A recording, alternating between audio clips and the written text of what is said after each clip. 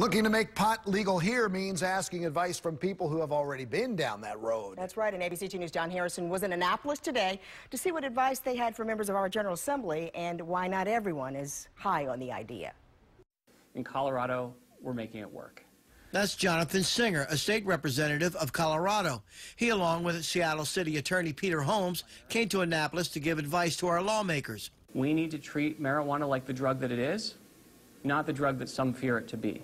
That means you regulate it, that means you tax it, that means you watch where it's going, and in Colorado, it's working. In fact, the city of Seattle... Holmes says the war on drugs has cost his city millions. Now that it's legal, they can put that money to better use. And is no longer in the process of building a $200 million jail it cannot afford, and instead we turned our attention to reasonable, rational drug regulation. Attorneys around Delegate Curt Anderson of Baltimore City. The decriminalization has not had the impact we thought it would have, so we're working harder to try to get a taxation and reform of marijuana and regulation of marijuana in place.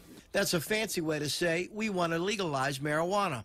You know, the thought of having dispensaries on every street corner or in the center of Towson is just not something that I want to encourage. Senator Jim Brody is for deregulating weed, but not going as far as making it legal.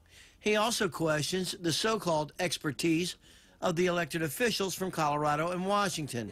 Washington and Colorado are experimental states. I think it's going to take 4 or 5 years to where we can really look at the data and take a look at it, and then we can have this discussion. I think it's very premature.